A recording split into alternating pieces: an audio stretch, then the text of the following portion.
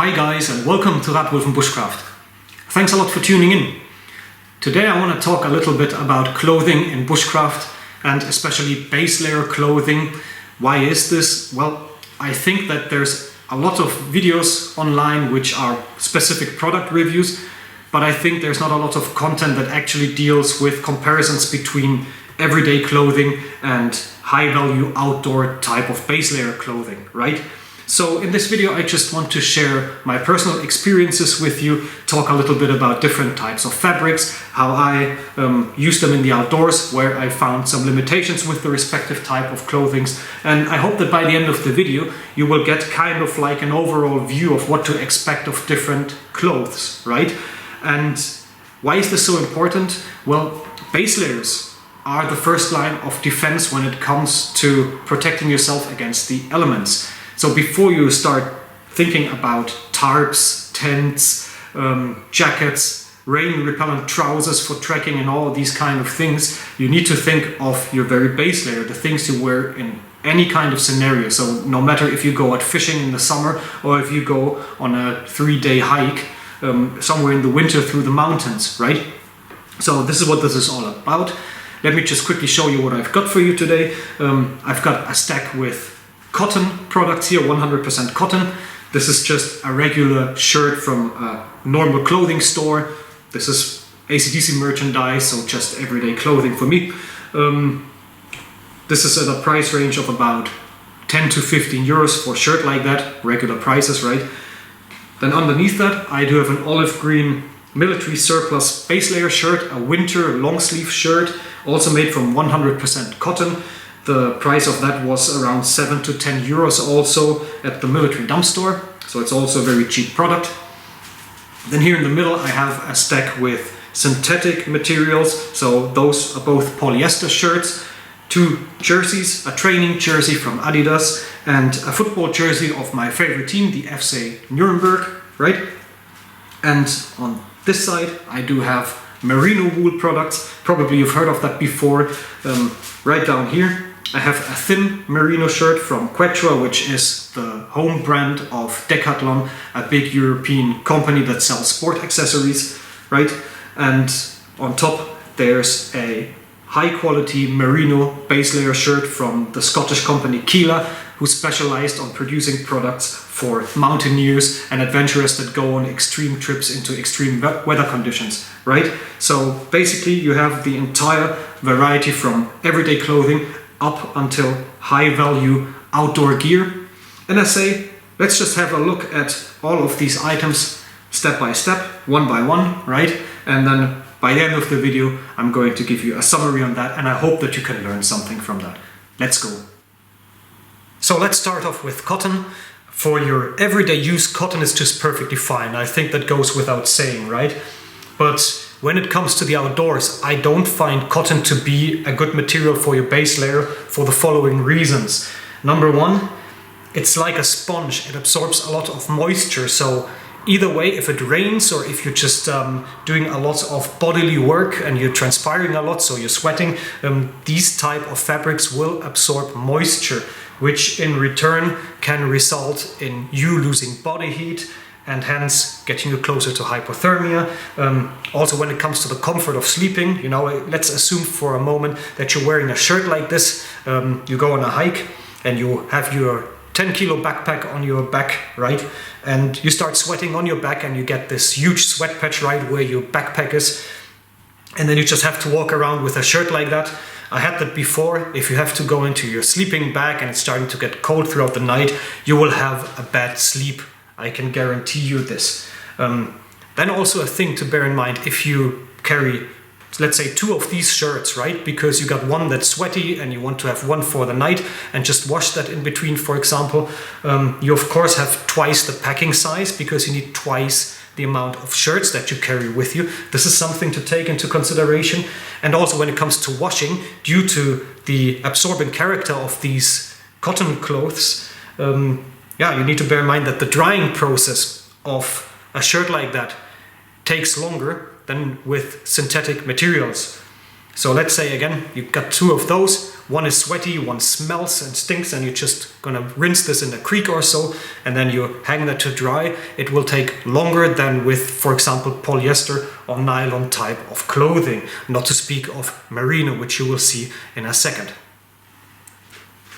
Let's have a look at synthetic materials. Both of these jerseys are made of polyester, and I have to say that I do like to wear them in summer. But you also get a couple of problems with these type of shirts if the weather's getting colder or if there's a lot of wind, because they do transport some of the moisture off your body, not as well as merino does, but they also have very bad insulating characteristics, at least in my experience. So if I start sweating in a jersey like that and it's a sunny day, I don't mind too much because they also dry quicker than cotton. That's a good thing. But when it comes to colder weather conditions, windy weather conditions, maybe rainy conditions and such, then they also result in quite some heat loss of my body, and you can really feel this. I usually do feel this around my kidneys because I don't know, for whatever reason, I'm just losing most of the heat on my lower back. And that can also be really uncomfortable if you're sleeping in a sleeping bag with slightly moist polyester clothing. And yeah, what else can I say about this? They also start to stink after a very short while. So for whatever reason, these type of fabrics do absorb your sweat, and then of course bacteria and such are accumulating. So if you're out on a trip, let's say from somewhere in between 3 to 7 days or more, and you just wear this shirt for 1 day or 2 consecutive days, you will definitely get a really nasty stench to that. So that's something that's a disadvantage of these shirts, and it's also not particularly hygienic. The good thing though is that if you wash them, they dry quicker than cotton does, and they're also lighter in their weight. So if you take a look at that, that's very fine material. So in regards to the packing size and the weight, that definitely has some advantages to cotton. And then we do have shirts which are made of merino wool, of course. If you haven't heard of merino wool, what does it do and why is it so awesome? Well, first and foremost, it is both temperature regulating as well as it does manage moisture on your skin. Imagine it like this: if you're wearing this and you're chopping wood or you're doing some other physical work, like ascending a mountain or so, and you start to sweat, this material will basically transport the moisture off your skin and into the next layer that you wear on top, so into your fleece or into your sweater or whatever you're wearing on top, right? So that's a really great thing. They don't absorb moisture like the other two fabrics do. And when it comes to temperature regulation, we're talking about wool here. This is a certain type of wool that has insulating characteristics. So those things keep you both comfortably cool in summer months and comfortably warm in winter months. So that's a really great thing here.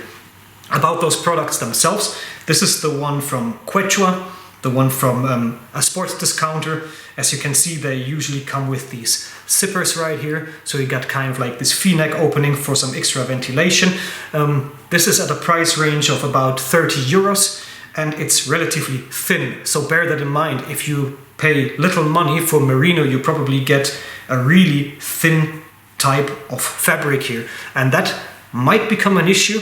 I heard a lot of people complain about shirts like these ripping on the back if they are using them for an extended period of time. Because picture it like this: if you got your backpack on your back, right, and you then wear a thin shirt like that and you constantly have this friction, then at some point the fabric is tearing apart and it's pretty hard to fix that actually. You can't just randomly stitch that or so because it's very filigrane material, right? So people have had negative experience with the cheap varieties of these shirts. So far I didn't with this one, but I have to say that it is, yeah, really flimsy, really thin. If I compare this to the one from Keela, that's just a perfect thickness. This is already getting close to the insulating value of a nice fleece, but it's still thin enough so it feels like a thicker type of t-shirt. And this is also going to last longer. Unfortunately, I only could test this throughout the last winter. I used this basically every time I went out fishing or I went out camping or I did something in the outdoors. And yeah, I could get some experiences with that item throughout the last 2 to 3 months. When it comes to cold conditions, rainy conditions, winter conditions, it just served me so well. And it's also very comfortable because, as you can see, they work with a lot of detail. If you can see this right here with the zipper, you've got this kind of like protective sleeve around it, so you don't get the cold zipper on your chest or underneath your throat. That's a really nice idea.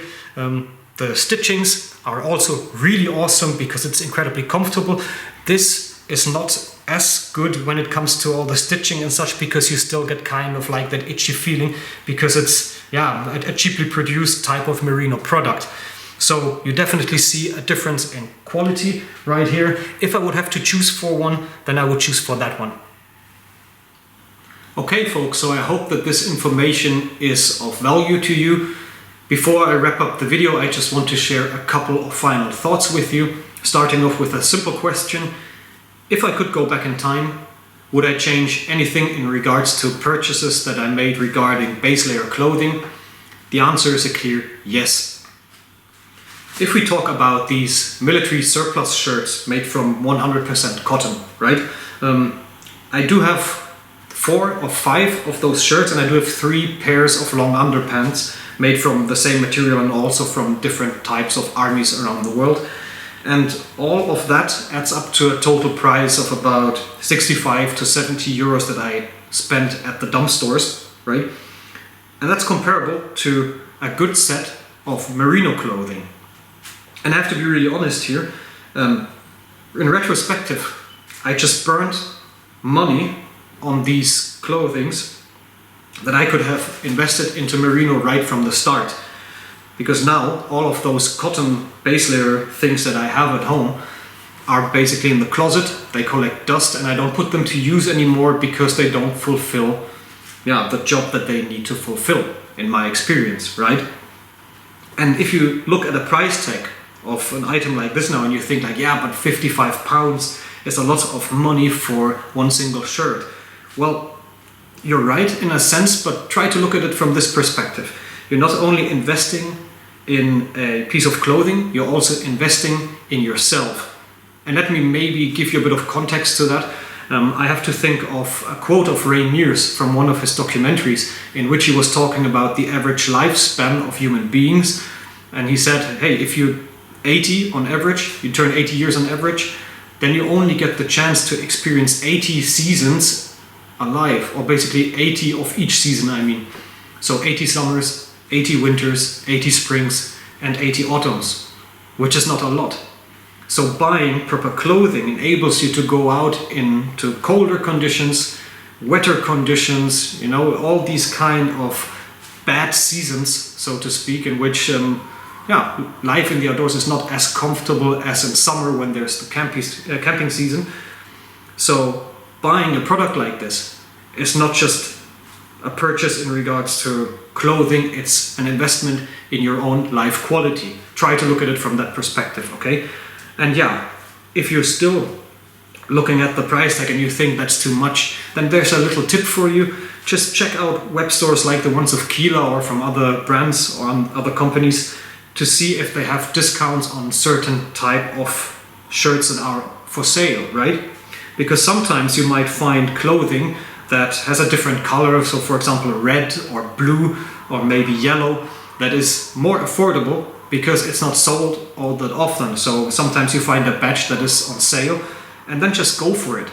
Because it's really important to understand that being out in nature is not the same as a fashion show on a catwalk. I know there's people out there that just want this really straight olive green look like they see in many YouTube videos, right? They want to look like a woodsman, but they don't pay all too much attention to the actual functionality of clothing. And trust me, the color or the cut or so doesn't really make a lot of difference. The material needs to be good and it needs to serve its purpose. So that's maybe a tip. Maybe you can find something that is affordable if you just have a look around and you just look for these type of sales.